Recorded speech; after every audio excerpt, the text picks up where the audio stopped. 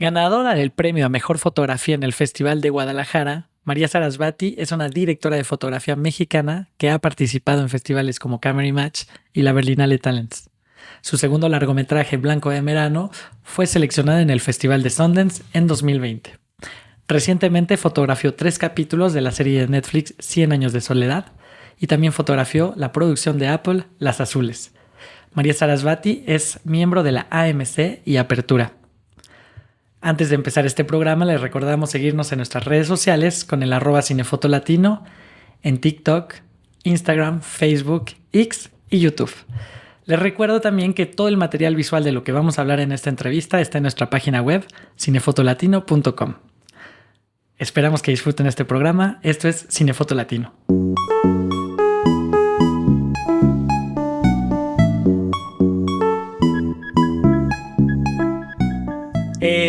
Bueno, María ya la tuvimos en un podcast pasado, en el especial de Apertura, pero pues decidimos hacerle su programa solo para ella. ¿Cómo estás, María? Muy bien, muy feliz de estar aquí. Sí, yo también. Feliz de tenerte aquí. Sarasvati es una gran amiga que conozco desde hace mucho tiempo, entonces, bueno, vamos a empezar con la primera pregunta, que ya más o menos te hice. Ya hay unas preguntas que ya más o menos hicimos en el otro episodio, pero fue muy cortito. Tenías como 1 minuto para responder. Bueno, ¿cómo empezó tu interés por la dirección de fotografía?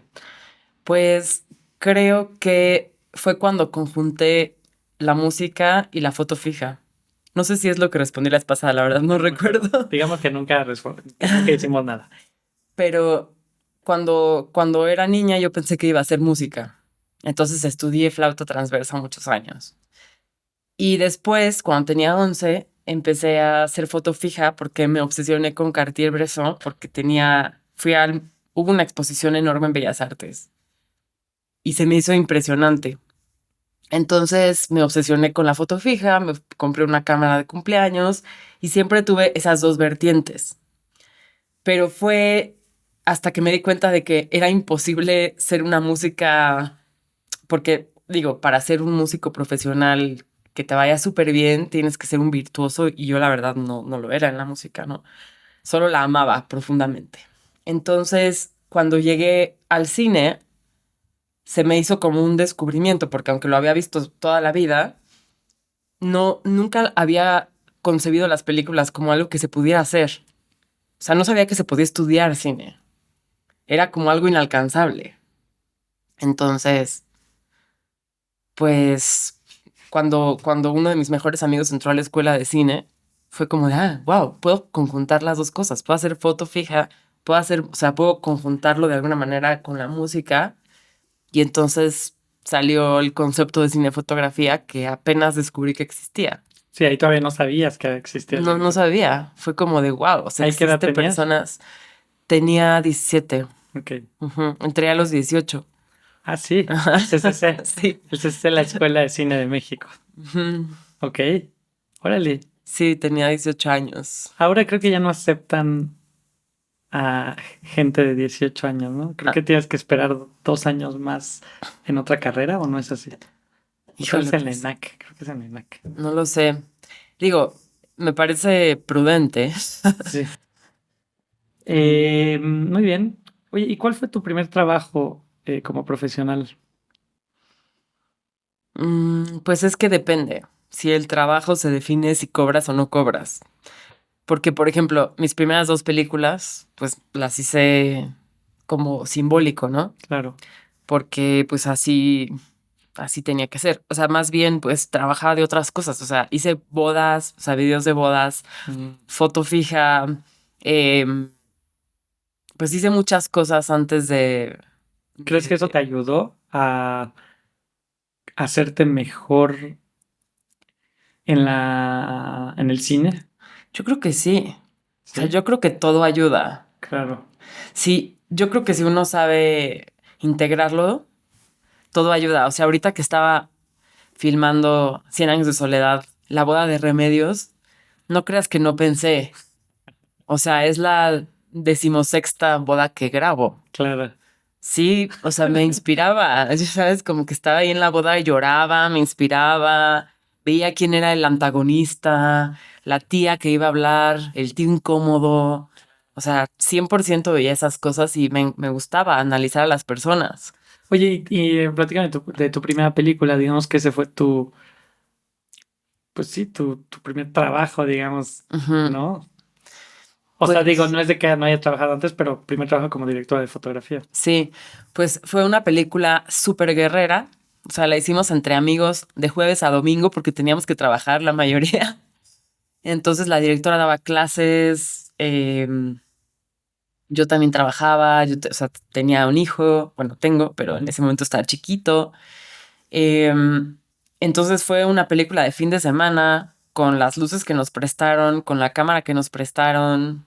Y fue una película, no fue cortometraje. No fue una película. Órale. Ujú. ¿Y, La hicimos como en 6 fines de semana, parece. y te gustó? ¿Te gusta? Sí, me gustó mucho. O sea, hoy la ves y qué dices.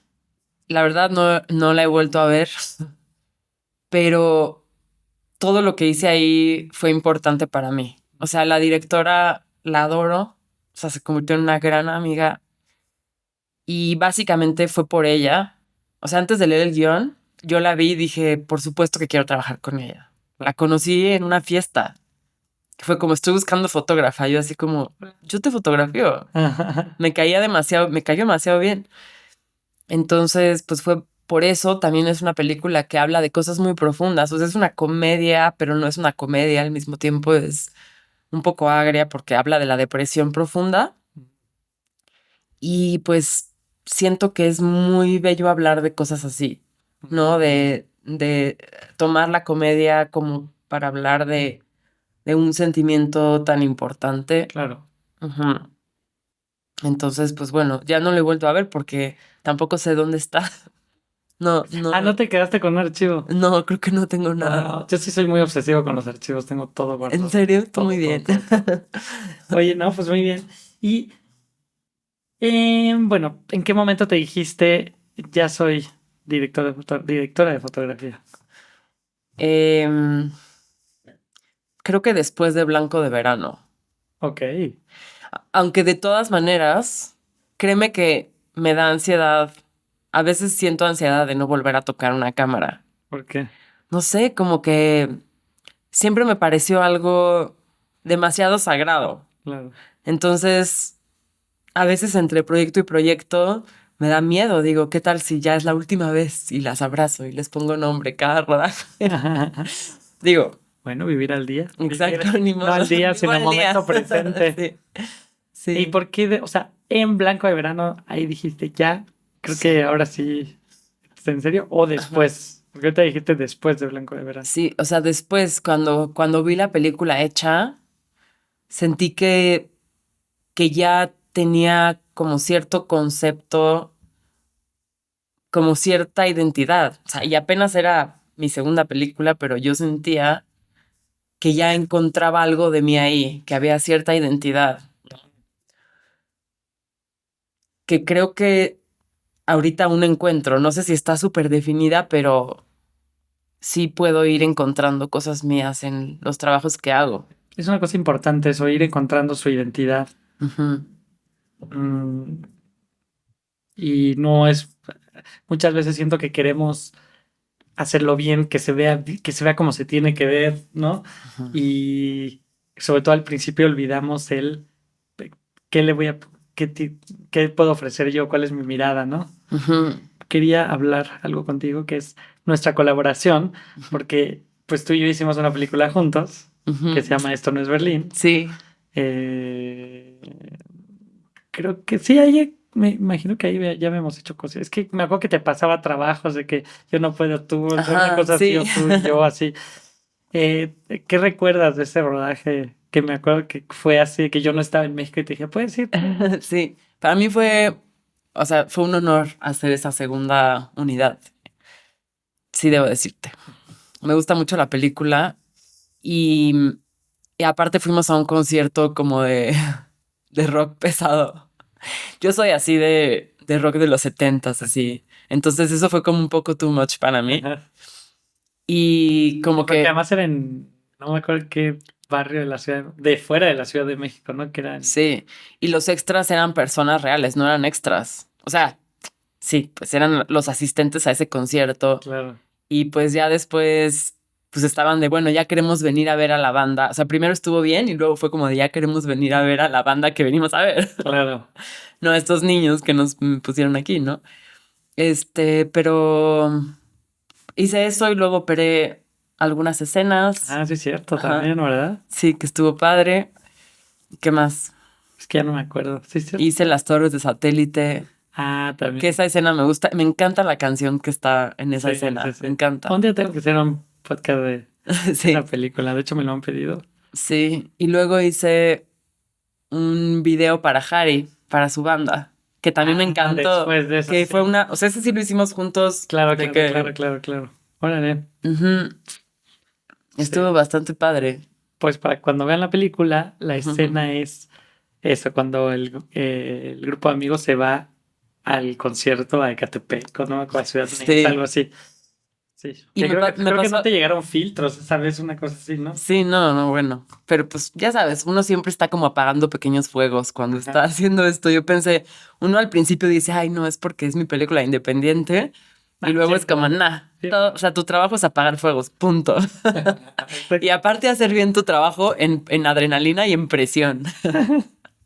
Nunca se termina. Oye, vamos a entrar ahora a uno de los temas de este podcast, que es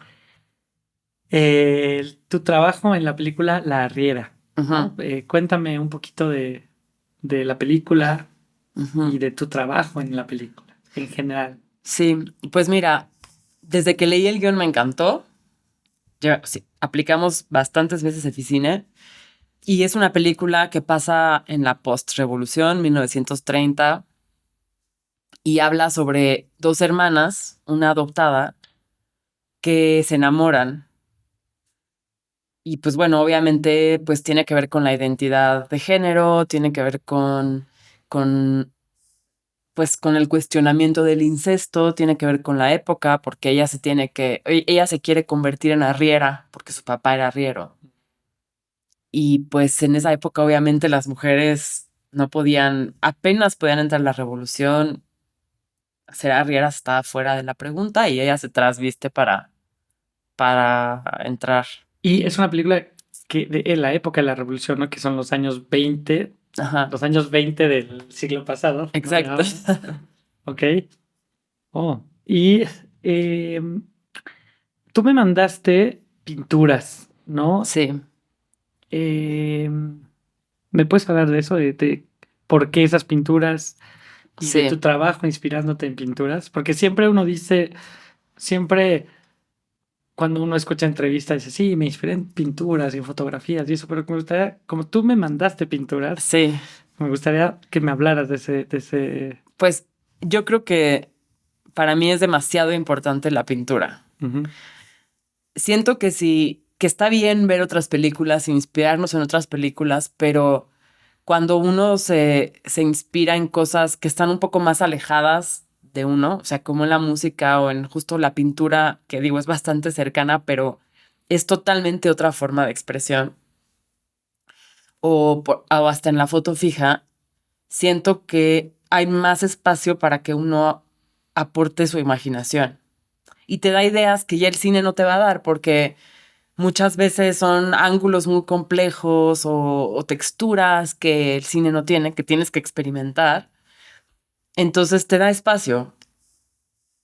Y en esta película En, en particular, en esta película nos inspiramos mucho en Friedrich, que es un pintor romántico alemán.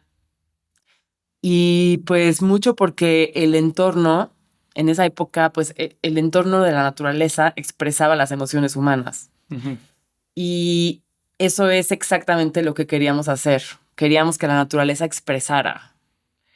Entonces, pues buscamos muchísima pintura, también por la luz de las velas, o sea, cómo iluminar las velas, que no es tan fácil, ¿no? Puedes ver muchas películas de época y cada una es diferente. claro. Cada vela es diferente, ¿no? Se usan diferentes cosas. Entonces, creo que también nos inspiramos en la pintura para saber cómo iluminar las velas y cómo escoger la luz del día, en qué momentos del día filmar, cómo queríamos que se viera. un poco apelando a ese romanticismo. Ok. Ajá. Y justamente ahorita que hablas de las velas, Ajá. yo quería saber tu experiencia en el cómo fotografiar una película en una época, pues, donde pues, no hay electricidad, no hay focos y, Ajá. ¿no? Entonces quiero saber cómo piensas la luz en ese sentido. Sí, pues mira, he hecho experimentos distintos. En la Riera usé estos cuadritos que se llaman los Aperture Ujú. y Asteras, las Helios, una parte tapada con chimera, con todo. Em, y me gusta, pero usé el Flickr y no me gusta el Flickr. Descubrí que no me gustan los Flickrs no naturales. Así, claro. Ajá. Y también usé Sky Panels de 60 con ese Flickr. Y ya viéndolo en pantalla, por el obturador de la cámara, no me encanta. Entonces, bueno, eso es lo que hice para esta película en especial. Para 100 años de soledad, muchas veces usamos fuego real que acercábamos. Ujú. Y muchas veces usaba Asteras o Aperture, pero ya sin Flickr. Claro. Ajá. A ver, ahorita quiero hablar un poquito más de eso, pero digamos que o sea, digo, ya contestaste un poco a la pregunta, la parte técnica, pero yo más bien hablaba de la parte sensorial. Sensorial. Cómo construyes una película en una época donde sabes que no hay luz, o sea, que no hay luz Sí. Eléctrica, ¿no? Sí. ¿Cómo piensas justo las noches y los días y Ujú. noche o interiores, noche o exteriores Sí. noche? Creo que justo ahí es 100% una visión pictórica, Ujú. porque la luz nocturna en realidad es inventada. O sea, si tú ves una pintura, esa luz no existe, ¿no? Entonces creo que es nuestro trabajo inventar qué tipo de luz va a haber. Claro. Por ejemplo, en 100 años de soledad, Paulo, el otro fotógrafo, y yo hablábamos mucho de cómo íbamos a hacer la noche, ¿no? Y él me decía, es que yo no quiero esas noches azules radioactivas que luego hay. Y yo así, no, pues tiene mucho sentido. Y entonces, como que pensando en esa idea, nos dimos cuenta de que todas las noches eran distintas y que a veces iba a ser plateada, a veces iba a ser un poco cian, a veces iba a ser un poco azul, más intenso, a veces iba a ser dura la luz, a veces iba a ser suave, porque así son las noches. Y también, pues mucho tiene que ver con tu percepción de la noche. Entonces, hay muchos diferentes tipos de noches en 100 años de soledad. Sí, o sea, hay noches plateadas, hay noches de backlight, hay noches de luz zenital, hay... Y eso todo. tú lo vas a construir en relación a la historia, ¿no? Decir, cómo la estoy viendo. Exacto, que en relación a la escena. Ujú. Sí, o sea, que no nos importa que no sean, o sea, digo, que se vea natural, Ajá. pero no nos importa que no sea natural y que... Exacto, es una Claro. luz inventada. Y justo dijiste ahorita, hablando quería platicarte algo de... ¿Tú sabes por qué las noches las hacemos azules? Y hasta en la pintura, ¿por qué las noches son azules? Mm-mm.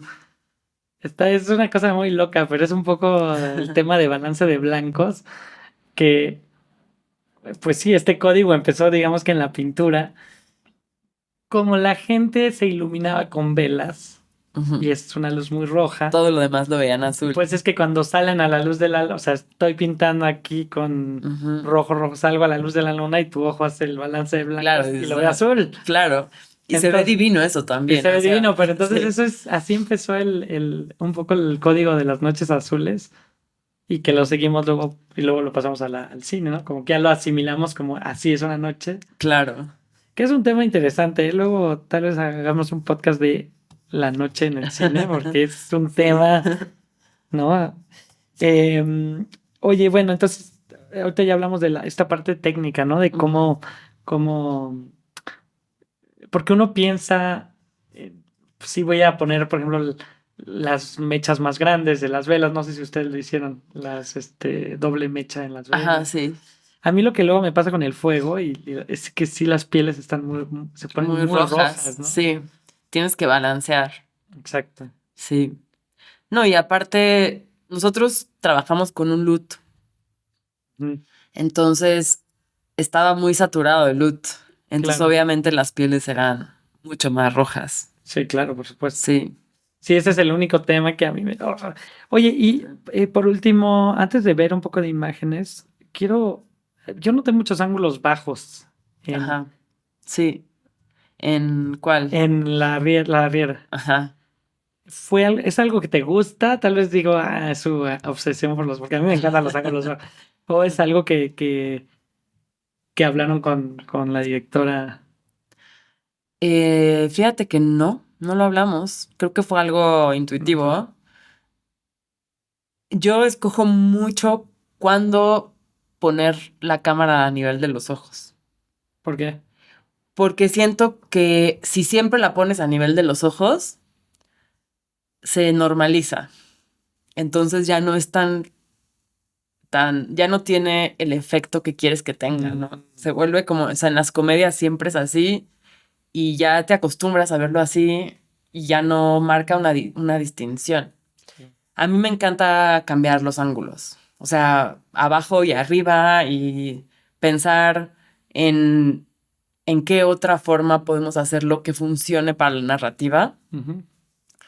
Siento que le da como más textura a la película en general.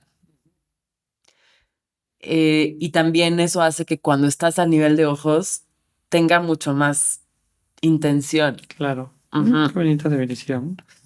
Oye, y justo con estas intenciones, quería saber el por qué el formato anamórfico. No es anamórfico, es más que anamórfico. ¿Qué por qué? Pues ¿Por el sensor? por el entorno. Por el sensor, por el sensor. Sí. O sea, es una Alexa Mini escuiciada, te da un poquito más de los lados. Sí, claro. Y Nada más para que entiendan, cuando el formato anamórfico se creó con la película que no era, digamos que ópticamente el hecho de tener un sensor en 16:9, porque así son los sensores, aunque es el full frame, lo que sea, ópticamente hace que los lentes, el coeficiente de que se aplaste se hace todavía más largo en el digital. Entonces por eso Salvatore habla de esto, que había más de los lados, ¿no? sí. Bueno, ahora sí, perdón. ¿Qué decías? Entonces, la importancia del entorno, pero no el entorno necesariamente hacia arriba, sino el entorno a los lados porque la están persiguiendo. También porque esos lentes que son los lomo anamórficos round front, esos que conseguimos, tienen una aberración muy bella.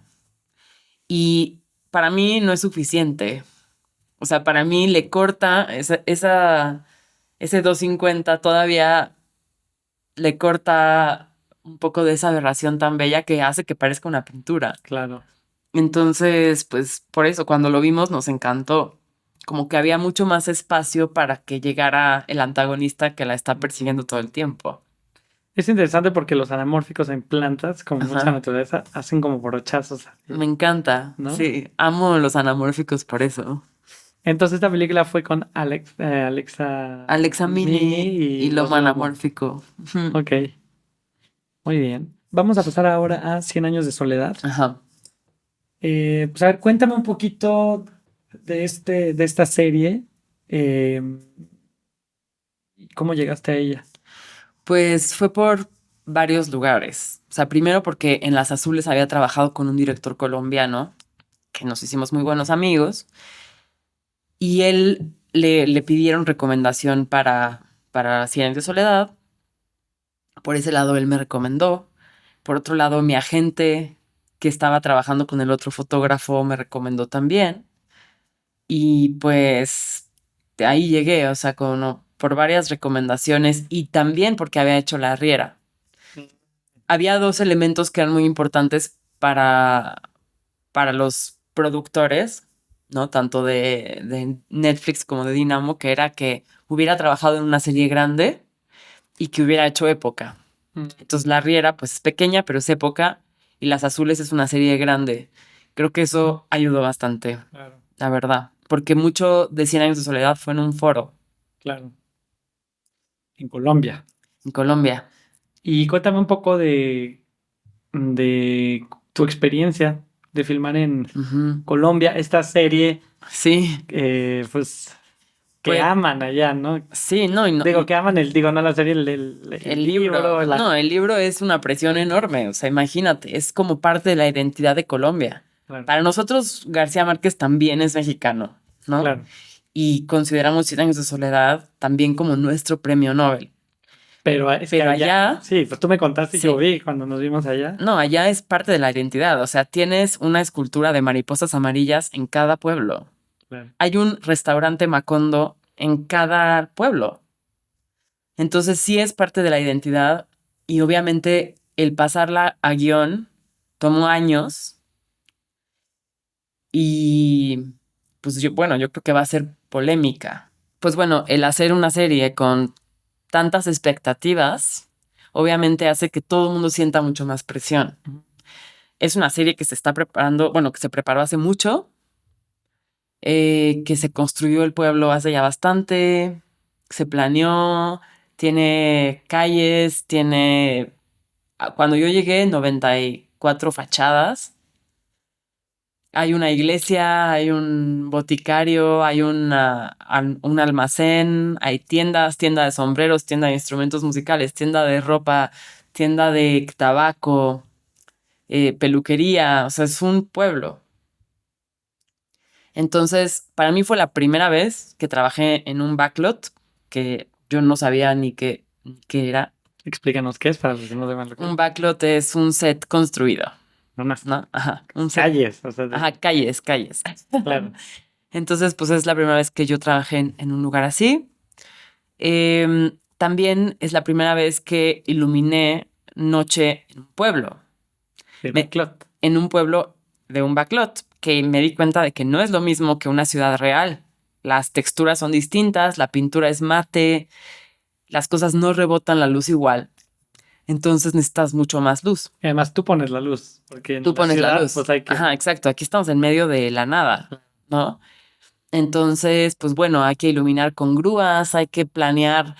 Me di mucho cuenta de que sí uno planea toda la iluminación y la parte artística de la iluminación antes, pero cuando llegas al set es una logística. Claro. O sea, tu mente se va 100% a una logística de esta grúa ya la hice aquí, entonces la voy a mandar para allá, se tarda 2 horas en llegar allá, entonces tienes que estar haciendo, pues sí, pura logística de movimiento, ingeniería de cómo prender y apagar las luces, dónde ponerlas, para que sea Sí. fácil encender y apagar, moverlas con una consola, Claro. totalmente Y que otro cualquier sistema. decisión que tomas, Lleva tiempo. ya no puedes empezar a improvisar de que, ahora me voy a poner a. Sí, o sea, el espacio de improvisación es mucho menos. Tienes que, yo sí me hice el hábito de llevar no nada más mi Cine Bible que siempre llevo, sino que aparte tenía que tener las referencias ahí y mandárselas a todos. Y si estaba en mi semana 5 nocturna y ya no sabían en qué estaba pensando, volví a mi referencia de cómo iba a iluminar esto. Ah, mira, ya, sí, ya. ¿Y cuánto tiempo de preparación tuviste? Tuve como un mes. No es mucho en realidad. Ah, no, no es cierto. Mes y medio. Ok. Ya. Oye, y cuéntame tu colaboración con Pablo Pérez. Ah, pues la verdad, Paulo me incluyó desde el principio, ¿no?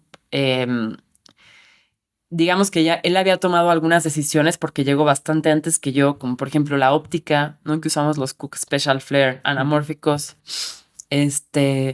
Había, sí tenía como varias ideas de lenguaje con su director, con Alex, pero sí se abrió bastante, por ejemplo, a LUT. O sea, me invitó a las pruebas de cámara, las hicimos juntos, creamos el LUT juntos con la colorista. Trabajamos desde el principio en eso, en justo, ¿no? Definimos las noches, la luz de las velas, para cuándo íbamos a usar el fuego, cómo iba a cambiar, porque su bloque son 10 años antes que el mío. Entonces, él tenía ciertas decisiones que luego en mi bloque cambiaron, porque pues entró el color a Macondo, antes no existía. Entonces, él tiene una gama de color mucho más ocre, ¿no? Tierra, y a mí me tocó la entrada del color, o sea, azul, rosa, todos esos colores. Y eso obviamente implicó decisiones, ¿no? Tanto de contraste, de saturación que teníamos que tomar desde antes. ¿Y tú ya conocías a Pablo o no? No, ¿No? Y entonces, pero todo fluyó muy bien. muy bien. Ujú. La verdad es que Paulo es muy buena persona, es muy buena onda, es muy abierto, es muy flexible. ¿Tú qué dirías de cómo se trabaja con otro director de fotografía en una serie? Digo, te fue muy bien, ¿no? Pero Sí. si tuvieras que hacer como un manual de decir, se tiene que trabajar de esta manera. Ah, sí tengo mis manuales en general de lo que uno aprende en estas producciones y tiene mucho que ver con la neutralidad y la flexibilidad. O sea, es un trabajo 100% en equipo, ¿no? No es tu película independiente. Y siento que eso es muy importante porque no estás trabajando tu autoría, no es solo tu arte, es algo conjunto. Claro. Entonces, también en Las Azules, que estuve con Alejandro Martínez y con Daniel Jacobs, o sea, fue exactamente lo mismo, entre los tres descifrar cómo íbamos a resolver ciertas cosas y estarnos hablando todo el tiempo, viendo el material de los otros. Por ejemplo, ver los rushes todos los días, ir al rodaje de vez en cuando, no todos los días, mandarse stills, ¿no? Nosotros teníamos un flujo de stills de que había un problemita y ya todos lo sabíamos, todos lo estábamos resolviendo, todos nos enterábamos de qué pasaba. Igual con Paulo, siempre, siempre abiertos a las sugerencias del otro. Me acuerdo perfecto que, por ejemplo, Alex Martínez me dijo, solamente con que sigas el manifiesto, o sea, él trajo un manifiesto y dijo como ángulos bajos, no sé, no tenía su manifiesto de contraste, no luces frontales, ¿no? Cosas así.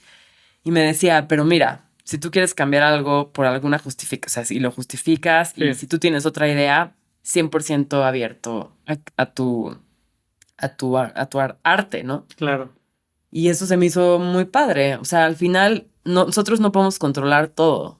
Y el hecho de tener la colaboración de otro cinefotógrafo te da ideas que a ti nunca se te van a ocurrir. Claro. Y eso nada más puede enriquecer las cosas, ¿no? Mientras todos estén dentro del mismo concepto, creo que está súper bien. Oye, pues es otra cosa de época, justo como lo dijiste hace rato. ¿Cuáles son las diferencias en tu acercamiento entre Las Arrieras y Cien Años de Soledad como película de época? Pues bueno, primero que nada, sí tiene mucho que ver con el alcance económico, porque en La Riera, o sea, era un poco lo que se podía, ¿no?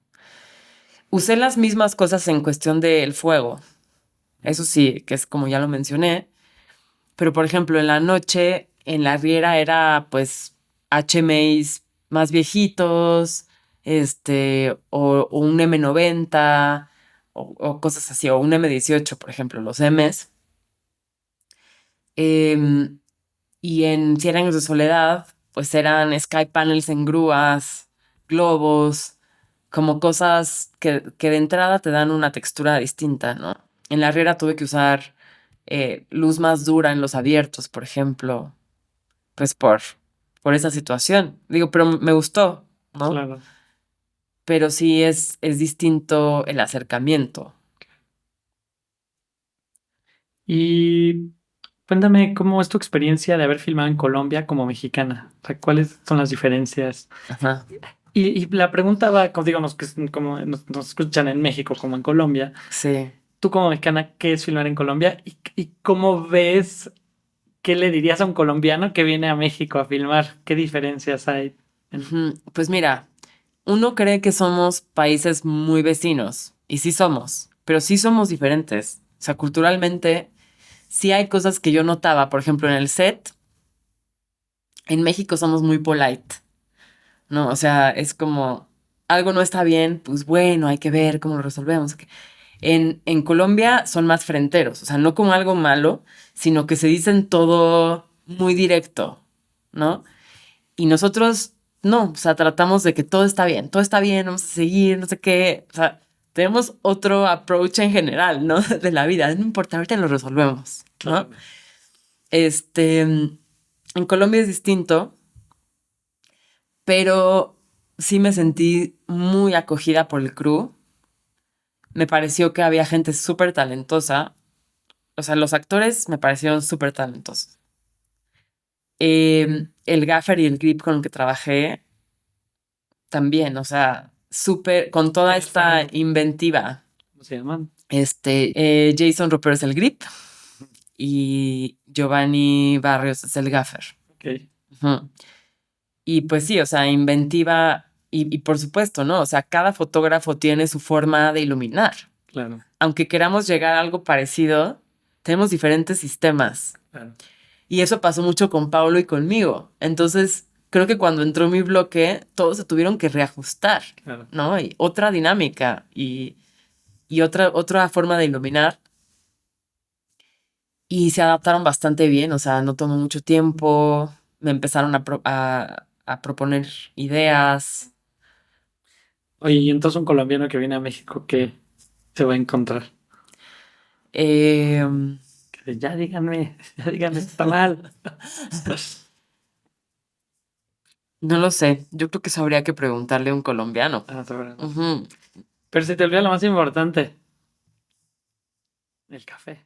Porque El café fue lo mejor. Cambió para siempre mi visión sí, del café. quiero decir que llegó aquí y dijo, tengo mi propio café. Mira, cuando Carlos Moreno, que es el director con el que trabajé en Las Azules, me dijo sobre el café en Colombia, yo dije, esto es una broma. Me dijo, en Colombia los asistentes de cámara tienen una Pelican en donde cuando la abren sacan su B60, su café especial, su moledor de café, su termómetro para el café, su calentador de agua. Yo dije, eso no es cierto. Y sí.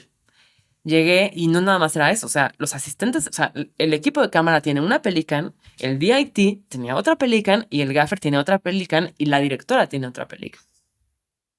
O sea, llegué y cada quien tenía Y luego tú su te maleta compraste de tu café. Pelican. Ya éramos como una competencia. Ya era como de, este es el café bar de allá y este es el café bar de allá, ¿cuál prefieres? Hoy voy a ir con mi café Ajá. tostado No, con el DIT. y entonces, o sea, yo llegué a Colombia tomando café con azúcar y con leche. Y era como un insulto para ellos. Entonces, pues sí, o sea, hicimos nuestra pequeña cofradía del café, que así le llamábamos. Cada quien llevaba su café y entonces tenía derecho a probar una tacita de café. Y pues ahí hice muy buena mancuerna con el DIT. Y pues tomábamos café todo el día y ya, no puedo tomar otro café que no sea tostado medio en el buen, en el buen lavado. Vamos a ver cómo funciona. Detente en alguna cosa que quieras decir algo. No sé. Bueno, este es el tipo de luz de velas. Que aquí no, velas sin No. O sea, ahí, por ejemplo, usé ¿sabes lo que hago mucho? Uso paneles de LED y le cierro muchísimo las aspas. Así que nada más quede un filitititito. Porque siento que tienen más alcance que las asteras. Claro. Eso es lo que hice ahí. Aquí sí. Ajá. Y esto, mira qué bonito, se ve como pintura, justamente como brochazos de pintura. Es que esos lentes son una belleza. También, ¿sabes qué me pasó? Que con los lentes viejos me di cuenta de que cada set era distinto. No nada más, bueno, y cada lente. Y los lomos, sobre todo. Ajá, eso, los lomos. O sea, cada set de lomo que probamos era completamente diferente. ¿Qué es lo que pasa? Es lo que pasa ahora con muchos lentes nuevos, que todos son muy iguales, ¿no? Es encontrar diferencias a veces Ajá. ya no digas en las series, en los En marcas, los lentes. hasta no, los mismos marcas, Sí. muchos se parecen, como son tan perfectos. Sí. Vamos a ver.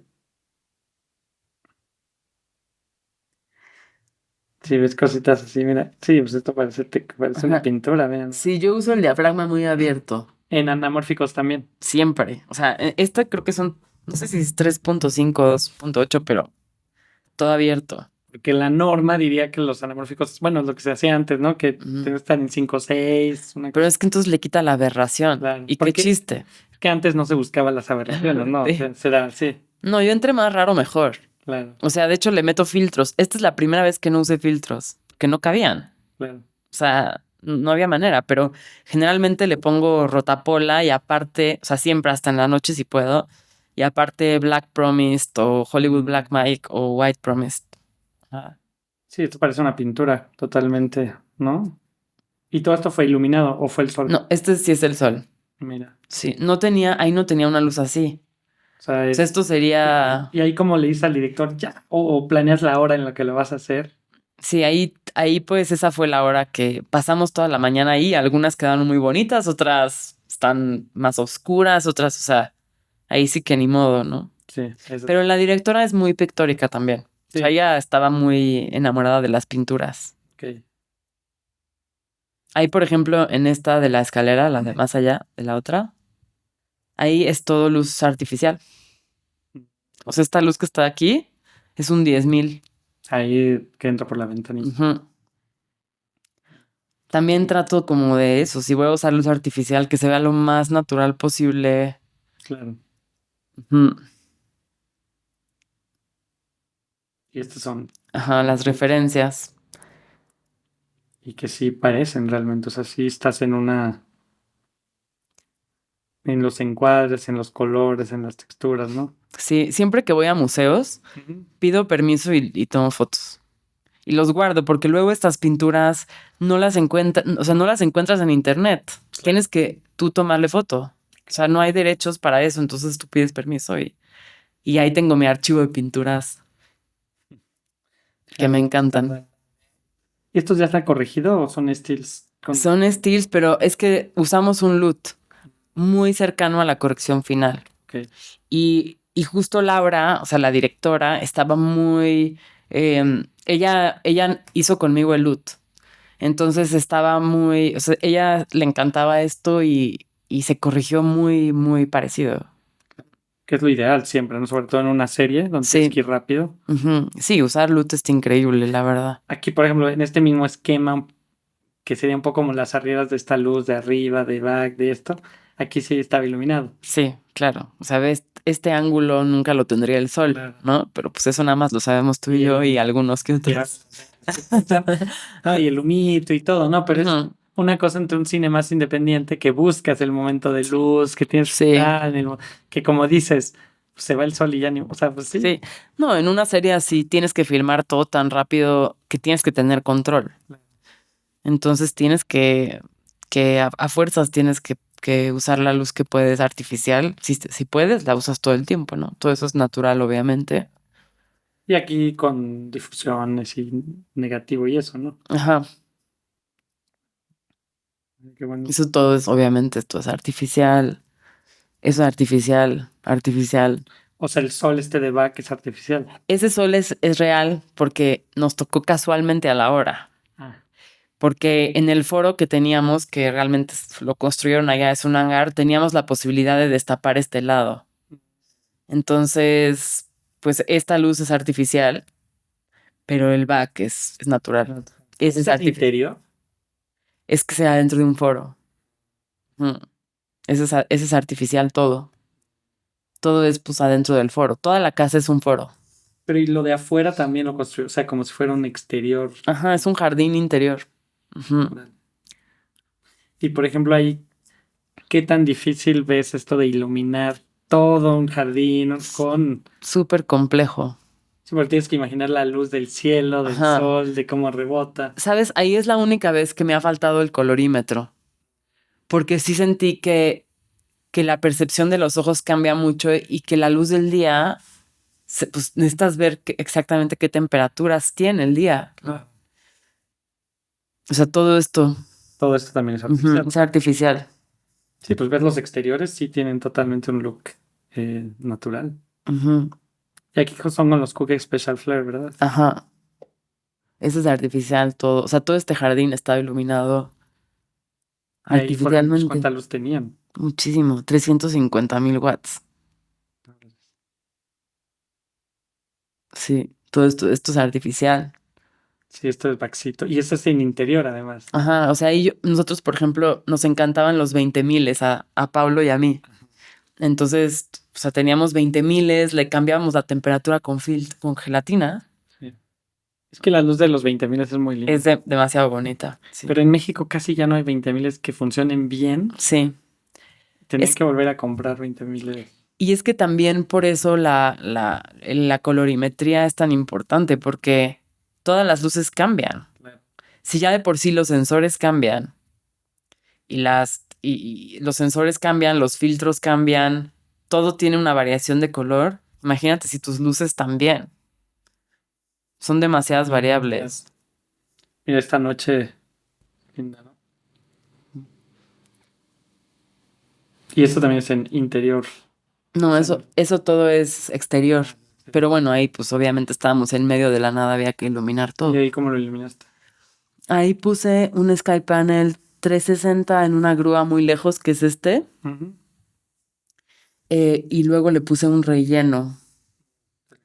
Ajá, creo que no me acuerdo si fue un globo o no. Ahí el tema más intenso es las sombras.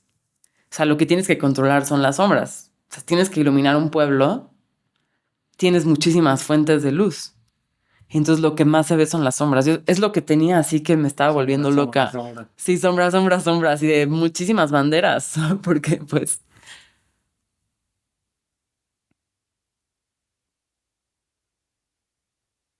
¿Qué me puedes decir de estas lentes? Bueno, el flare es divino. O sea, eso sí. A mí se me hizo un poquito sharp, pero porque estoy acostumbrada a los Hawk, a los Lomo, que no son así. Pero le metimos Hollywood Blackmagic. Eso te iba a decir si tenía algo. Ajá. ¿A toda la película? ¿A toda la serie? A toda la serie. Ajá, toda la serie tiene Hollywood Blackmagic. ¿Con qué? ¿De qué? ¿De cuarto? ¿De medio? De octavo y cuarto. Okay. Octavo y cuarto. Y lo que me encanta de estos lentes es o sea, tiene la aberración. No es tan pictórica como los Lomo, como los Hawk, pero tiene la curvatura. Claro. Y eso uno lo agradece mucho porque de verdad sí hace una diferencia enorme. Sí centra al personaje en el centro, o sea, en medio del cuadro, ¿no? Pues, no, creo que Cook hizo esos lentes porque cuando sacaron los anamórficos estaban perfectos. Eran no perfectos. Tanto. Sí. Muy bien. Quería hablar ahora, casi para terminar, sobre la maternidad y el trabajo. ¿Cómo lo combinas? Que es un tema importante porque, digo, yo no soy mujer, pero sé que es un tema recurrente de muchas mujeres directoras de foto que se preguntan si esto es compatible, si se puede. No, muchas me han dicho yo he sacrificado la maternidad por esto, ¿no? Pero yo me pregunto o sea, me lo pregunto no como cuestionándolas, sino como ¿qué trabajo ahorita no tienes que lidiar con eso? O sea, si tienes un papá presente, un padre presente, es muy difícil que uno se quede en la casa y el otro es el único que trabaje. No, los dos tienen que trabajar, o al menos eso en el 80% de la población y en todo el mundo, ¿no? O sea, es difícil que un padre se tenga que quedar en la casa, sea padre o madre. Generalmente se necesitan ambos ingresos.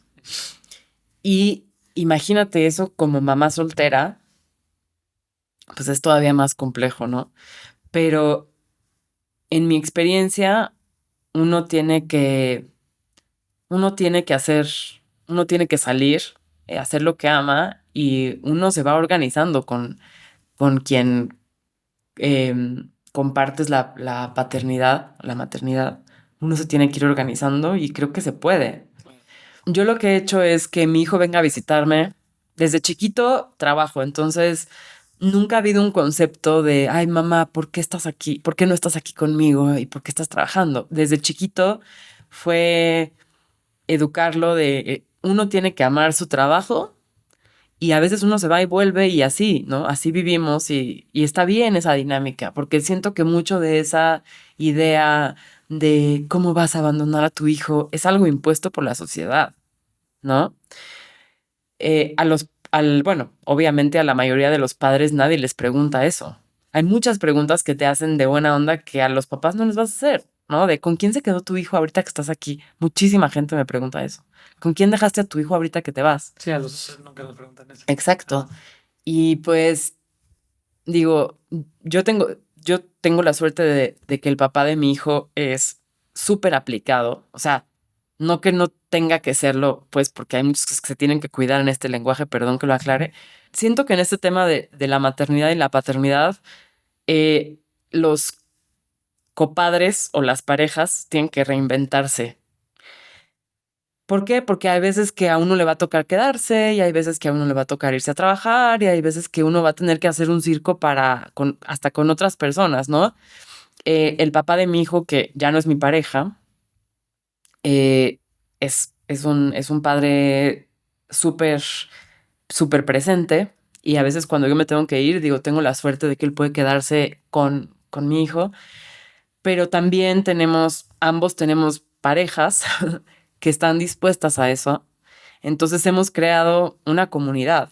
O sea, digamos que como adultos que han aprendido a todos hacerse cargo de la infancia de alguien. Y creo que eso es súper importante, como volver a la comunidad. Porque aparte, pues también están las abuelas y los abuelos y todos los que están a nuestro alrededor se han hecho como un núcleo para nosotros. Y eso es súper valioso. Uno, yo creo que sí es importante volver a la comunidad como sociedad. Nos hemos hecho demasiado, ¿cómo lo dirías? Independientista, ¿no? Individualista también. Individualista. Sí, nos hemos hecho demasiado individualistas y en realidad somos una sociedad que depende completamente del otro. Por otro lado, o sea, en los rodajes yo sí he logrado, pues, traerme a quien sea. Yo a quien sea le pago el boleto, estancia, viaje a otro lugar del mundo, pero tráigame a mi hijo 2 semanas y encárguese de organizarle el día, ¿no? Y los fines de semana, pues, se queda conmigo y ya tiene este invitado, invitada especial, tiene su fin de semana libre. Es lo que yo he hecho y mi hijo feliz, le encanta viajar. Como dije, ha sido educado siempre de priorizar que uno ama su trabajo y tiene que estar yendo y viniendo y que eso no implica que uno no ame o no a sus hijos. Que sea una carencia de amor, pues no es, ¿no? Tenemos ahorita teléfonos, Zooms, todo para poder comunicarnos. Hace poco una de mis agentes me contó que ya van a obligar a que en los sets de series y producciones grandes haya una guardería. ¿Por qué? Porque a veces, o sea, en las series, producciones tan largas, no te vas 2 meses o 3 meses. 6 te vas 6 mínimo. Entonces, por ejemplo, yo sabía que cuando hicieron Darjeeling Limited, o sea, que fue hace bastante ya, estuvieron ahí 6 meses toda la producción. Entonces había parejas, por ejemplo, no sé si era el director de arte o el script o así, que se llevaron a sus hijos y que iban a perder un año de escuela. Entonces llevaron a una institutriz para que estuviera con todos los niños. Y creo que eso es importante porque también los padres, o sea, aunque fueran los padres extrañan a sus hijos. O sea, ahora estamos en un momento en el que los dos, pues queremos igualdad y ya muchos tenemos eso en la casa, ¿no? Sí. Que los padres también tienen que tener una paternidad cercana. Justo mi hijo está en Bélgica. Sí. Pero yo recuerdo perfecto y siempre se me va a quedar marcado que cuando yo estaba por definir, ¿no? ¿Qué día sí, qué día se quedaba? Tú me dijiste, conmigo está de viernes a martes y con su mamá está el resto de la semana. Y dije, wow, muy bien. Pues sí, o sea, me acuerdo perfecto que sí, ¿no? O sea, tenemos que reinventarlo. Claro. Nos toca y somos una generación padre para eso también. Y pasa que como padres, justamente lo que dices, es como digamos, en este patriarcado, es como, pues es la mujer la que se ocupa de eso, el hombre no. Y entonces lo que hay que reinventar es, sí, no me ayuda. No la voy a ayudar con mi hijo, ¿no? Ajá, no. Es mi hijo y es tu responsabilidad. Y lo va a tener ahí también porque también, o sea, no es por mí, también es él. Sí. Quiero estar con él y todo, ¿no? Claro, es 50-50 y nos vamos arreglando. A veces es más, a veces es menos, pero pues porque tenemos que trabajar. Claro. Muy bien.